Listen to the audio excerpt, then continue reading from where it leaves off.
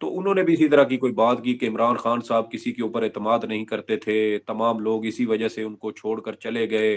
تو اس کے اوپر جب وہ شہزاد اقبال ہیں جیو والے، تو انہوں نے ان سے سوال کیا کہ خٹک صاحب، آپ عمران خان صاحب کے اوپر تو تنقید کر رہے ہیں، لیکن کیا یہ عمران خان صاحب کی ایک خوبی نہیں، ان کا یہ اچھا فیصلہ نہیں ہے کہ انہوں نے ان لوگوں کے اوپر اعتبار نہیں کیا جن کے بارے میں شاید ان کو شک تھا کہ جب مشکل وقت آئے گا تو یہ مجھے چھوڑ جائیں گے، اور آپ سب لوگ مشکل وقت میں عمران خان صاحب کو چھوڑ گئے ہیں۔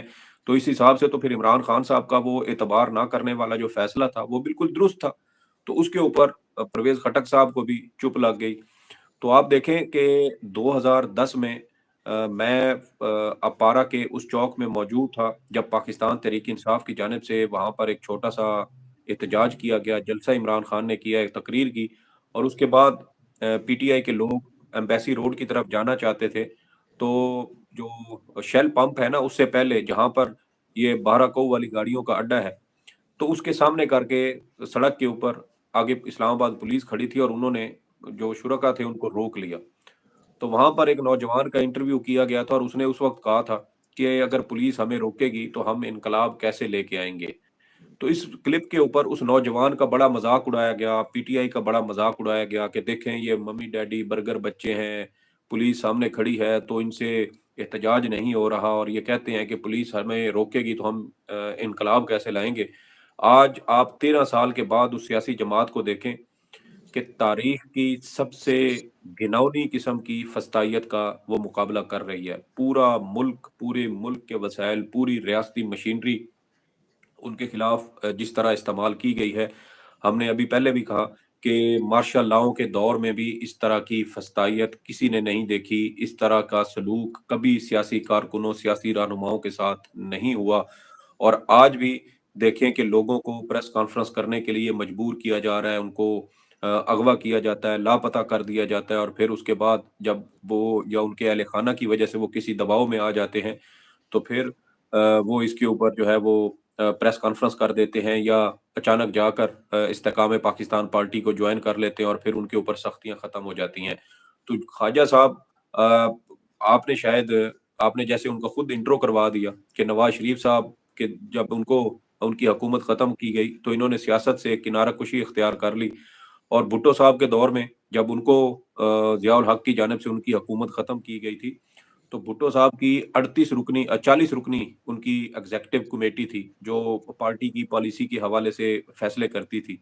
جیسے آج مختلف سیاسی جماعتوں کی سینٹرل ایگزیکٹو کمیٹیاں ہوتی ہیں یا کور کمیٹیاں ہوتی ہیں، تو ان کی 40 رکنی کمیٹی تھی اور اس میں سے 38 لوگ ان کا ساتھ چھوڑ گئے تھے، صرف 2 لوگ پیچھے رہ گئے تھے۔ اور پاکستان تحریک انصاف تو جس طرح کے حالات کا مقابلہ کر رہی ہے، پیپلز پارٹی کیا اس ختم ہو گیا؟ نون لیگ کیا ختم ہو گیا؟ سر نون سیاسی لیگ جماعت کبھی بھی ختم نہیں ہوتی۔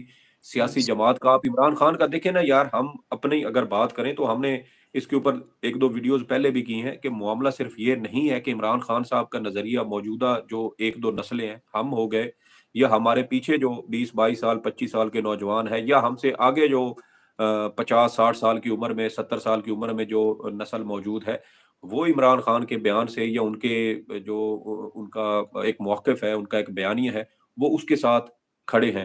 بلکہ آپ دیکھیں کہ جو سکول میں جو ٹوڈلرز ہیں، ٹوڈلرز وہ کہتے ہیں بچے جن کی عمر 5 سال 7 سال یہیں 8 سال 10 سال ترجمہ تک کرو۔ ہے۔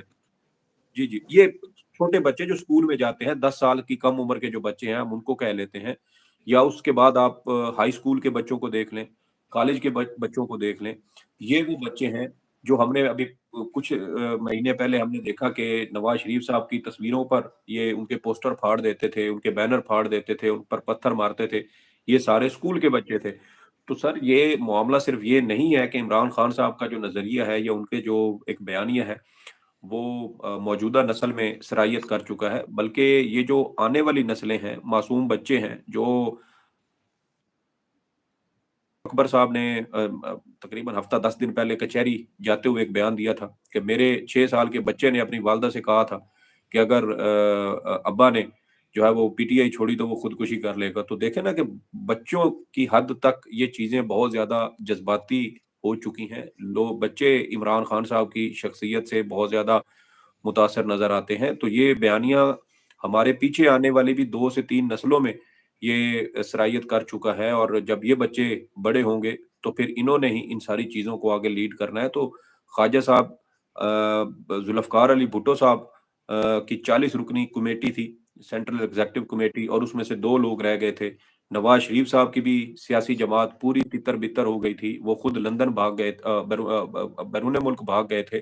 سعودی ان عرب، کے سعودی عرب۔ سعودی عرب بھاگ گئے تھے، ان کے پارٹی کے دیگر لوگ سارے قواف لیگ میں چلے گئے تھے، مشرف کی چھتری کے نیچے انہوں نے جا کر پناہ لی تھی۔ تو ہمیں یا قوم کو یہ مت بتائیں کہ وفا جو ہے وہ عمران خان کے یا اس کی سیاسی جماعت میں ہے یا نہیں ہے۔ آپ دیکھیں کہ ڈاکٹر یاسمین راشد صاحبہ گزشتہ 7 ماہ سے قید ہیں، لیکن عمران خان کے ساتھ کھڑی ہیں۔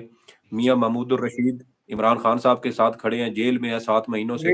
شاہ محمود قریشی، کتنے شاہ لوگ ہیں محمود قریشی، چودھری ہمیں پرویز تو الہی، اور آپ دیکھیں کہ عمر سرفراز چیمہ صاحب آج بھی جی بالکل۔ جیل میں ہیں، اور ان کو کئی بار ویل چیئر پر ان کو عدالت میں لایا گیا، بیمار بھی رہے لیکن عمران خان صاحب کے ساتھ کھڑے ہیں۔ اس کے علاوہ اعجاز چودھری صاحب ہیں، سینیٹر ہیں۔ رانا غبار، علی محمد خان، کتنے لوگ ہیں سر؟ سر بڑی ان لمبی گنت لسٹ لوگ ہے۔ ہیں، ان گنت لوگ ہیں جو آج بھی عمران خان صاحب کے ساتھ کھڑے ہیں۔ تو خواجہ صاحب جو ہے نا، در حقیقت یہ ان کو وہ بھانڈ پنا کرنے کا نا بہت زیادہ شوق ہے، سستی اور یہ گھٹیا قسم کی جگت بازی کرنا، پھبتیاں کسنا۔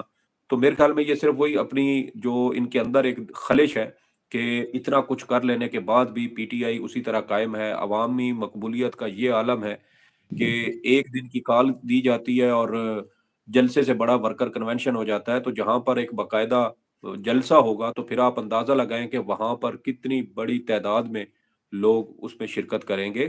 تو خواجہ صاحب اسی ڈر اور خوف کی یہ کیفیت میں ہے، اور وہ کیفیت اب الفاظ کی صورت میں ان کی زبان سے نکل رہی ہے۔ آنے والے دنوں میں ہم دیکھیں گے کہ یہ کیفیت مزید بڑھے گی، بگڑے گی، ان کی زبان سے مزید گھٹیا الفاظ بھی نکلیں گے، اور یہ پی ٹی آئی کو کوسیں گے، ان کے رہنماؤں کو گالم گلوچ ان کے ساتھ کریں گے، گھٹیا زبان ان کے خلاف استعمال کریں گے۔ اس کی وجہ یہ ہے کہ یہ اپنے تمام وسائل، اپنی پوری قوت لگا چکے ہیں پی ٹی آئی کے خلاف۔ انہوں نے وہ کچھ بھی کر دیا ہے جو شاید خود ان میں بھگتنے کی 1% بھی اس کی جو ہے وہ سکت نہ ہو۔ اور جب پی ٹی آئی کی حکومت ہے اور یہ بیرون ملک بھاگ جائیں گے، مجھے ابھی بھی قوی امکان ہے کہ جب انتخابات ہوں گے تو پی ڈی ایم کے اکثر رہنما بیرون ملک سے بیٹھ کر وہ انتخابات لڑیں گے، کیونکہ اس ملک میں پھر رہتے ہوئے ان سے اس ملک میں نہیں رہا جائے گا۔ جو فسطائیت انہوں نے پی ٹی آئی اور اس کے لوگوں کے خلاف ڈھائی ہے، اس کے بعد اس ملک میں رہنا ان کے لیے محال ہو جائے گا۔ اور جو کچھ پی ٹی آئی کے ورکر کے ساتھ، کارکنوں کے ساتھ، رہنماؤں کے ساتھ ہوا ہے، تو الٹیمیٹلی عمران خان صاحب کے اوپر بھی بہت زیادہ دباؤ ہوگا کہ وہ اس حوالے سے جو لوگ اس میں ملوث تھے وہ ان کے خلاف کارروائی کریں، اور اس طرح کے غیر قانونی احکامات اور اس طرح کے اقدامات کرنے والوں کو قانون کے کٹہرے میں لایا جائے۔ تو میرے خیال میں پھر خواجہ آصف صاحب بھی اسی فہرست میں ان کا بھی نام آئے گا۔ بہت شکریہ سعید بلوچ صاحب آپ کے تجزیے کا۔ کمنٹس باکس میں ضرور بتائیے گا یہ ویڈیو آپ کو کیسی لگی۔ اجازت دیجیے، اللہ حافظ۔